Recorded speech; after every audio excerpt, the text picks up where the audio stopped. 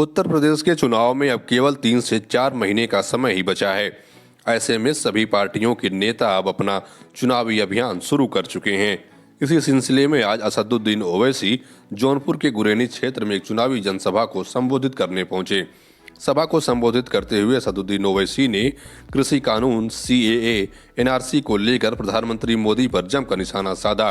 तो वहीं उत्तर प्रदेश के मुख्यमंत्री योगी आदित्यनाथ और समाजवादी पार्टी के राष्ट्रीय अध्यक्ष अखिलेश यादव पर भी जमकर निशाना साधा। आपको बता दें कि कुछ दिनों पहले ही योगी आदित्यनाथ ने असदुद्दीन ओवैसी को समाजवादी पार्टी का एजेंट भी बताया था।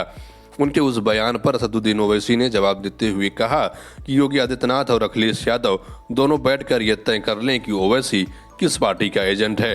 असदुद्दीन ओवैसी ने जौनपुर में क्या कुछ कहा, सुनिए। दीजिए, मजलिस को कामयाब करिए। हमारा विधायक जीत कर जाएगा तो आपकी बात करेगा, जौनपुर की डेवलपमेंट की बात करेगा, उत्तर प्रदेश के मुसलमानों की इंसाफ की बात करेगा और तमाम मजलूम आवाम के इत्तेहाद की बात करेगा।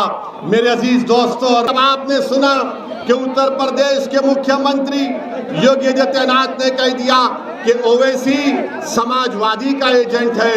समाजवादी पार्टी बोलती कि ओवैसी बीजेपी का एजेंट है।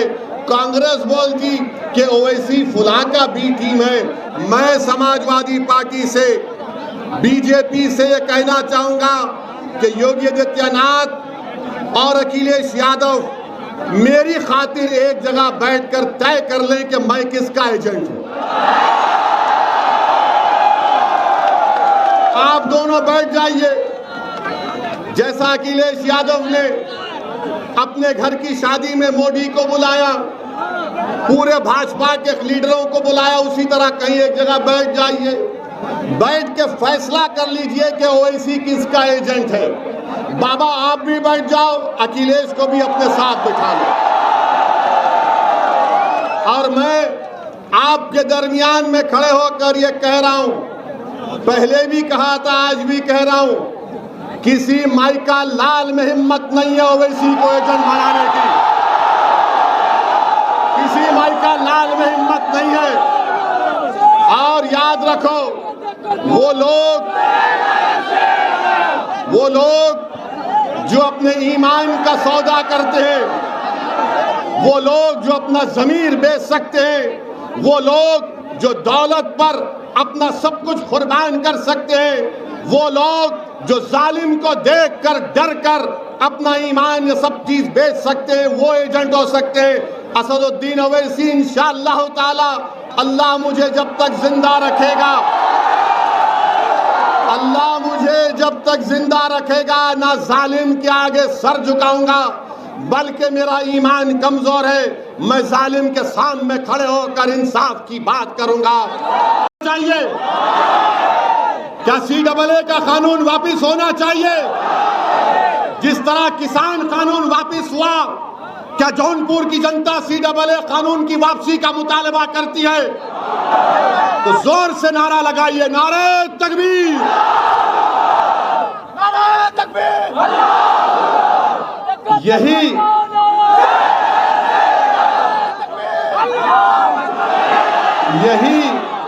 यही चीज इनको पसंद नहीं आती।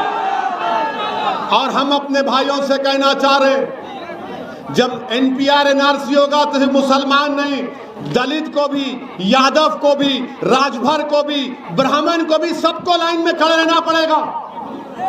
सबको लाइन में खड़ा कर देंगे मोदी जी, सबको लाइन में खड़ा कर देंगे। बोले कागज लाओ। मेरे अजीज दोस्तों और बुजुर्गों, इन अहम बात पर आपकी तवज्जो चाहता हूं और मैं आपसे वादा कर रहा हूं कि उत्तर प्रदेश के असेंबली इलेक्शन में आप मजलिस इत्तेहादुल मुस्लिमीन के उम्मीदवारों को अपना विधायक और MLA बनाइए। ये विधायक जब जीत कर उत्तर प्रदेश की विधानसभा में जाएंगे, ये तमाम के तमाम एक आवाज इलेक्शन कार्ड से और सेंसस से, NPR से जोड़ेगी।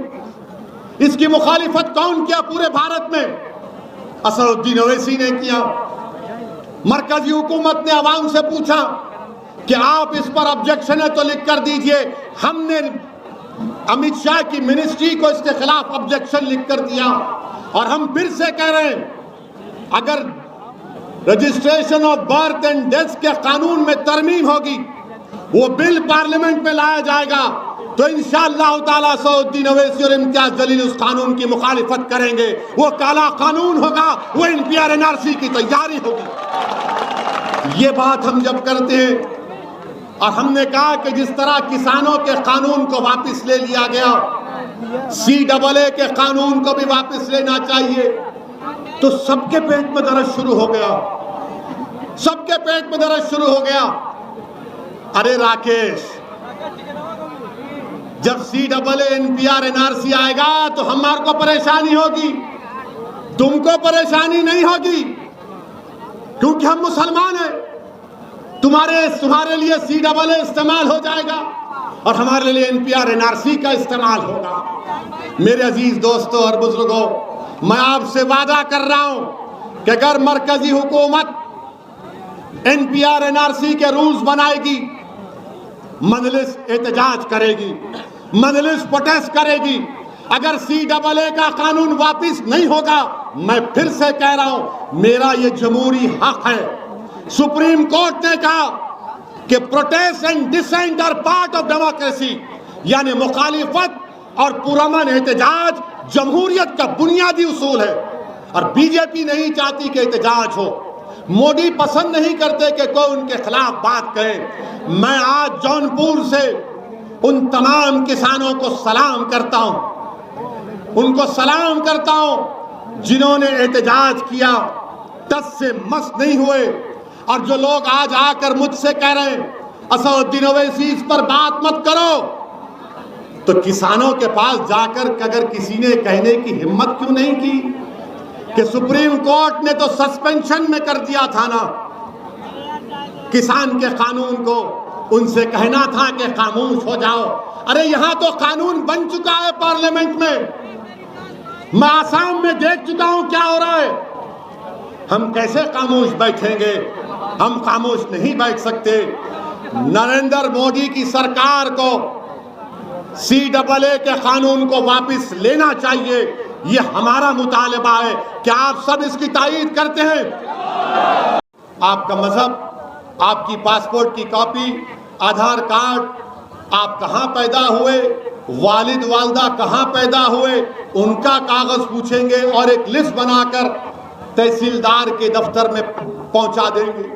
वो तहसीलदार ये कहेगा कि ये डाउटफुल सिटीजन है, शहरी है। फिर आपसे कहा जाएगा असदुद्दीन ओवैसी से कि बताओ तुम इस भारत के शहरी हो या नहीं हो। अब मुझे भागना पड़ेगा, ये कागज वो कागज, ठीक है हमने कुछ लाके दे दिया।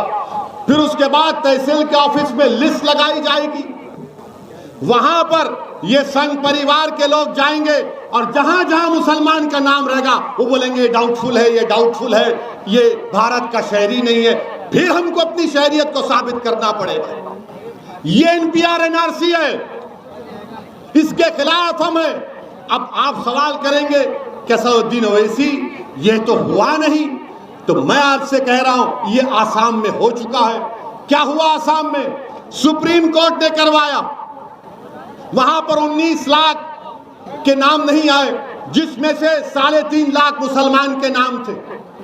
अब जब CAA आ गया, कानून बन गया ना, CAA कानून बन गया, तो वो जो गैर मुस्लिम है, जो 3.5 लाख मुसलमान को छोड़कर जो 15.5 लाख गैर मुस्लिम है, उनको CAA से उनको भारत का शहरी करार दे दिया जाएगा और ये 3.5 लाख को फॉरेनर्स ट्राइब्यूनल कोर्ट में जाकर अपनी शहरियत को साबित करना पड़ेगा। ये होगा, याद रखो। अगर मोदी एनपीआर एनआरसी करेगा तो पूरे भारत में होगा। और जब हम ये चीज को देख चुके आसाम में, सुप्रीम कोर्ट मॉनिटर्ड हुआ, तो ये बोल रही देखो अभी तो रूल्स भी नहीं बने, अभी तो रूल्स नहीं बने, ओवैसी लोगों को भड़का रहा है। मैं भड़का नहीं रहा हूं, बल्कि हिंदू अखबार, अंग्रेजी का अखबार है, एक मशहूर जर्नलिस्ट है, बहुत मशहूर, जिसका नाम मोहतरमा विजयता सिंह है। गूगल में जाओ, हजरत गूगल में जाकर देखो, विजयता सिंह का नाम लिखो, हिंदू अखबार में विजेता सिंह ने मोदी की हुकूमत का जो एनपीआर का फॉर्म है उसको अखबार में शाये किया, हमने उसकी मुखालिफत की।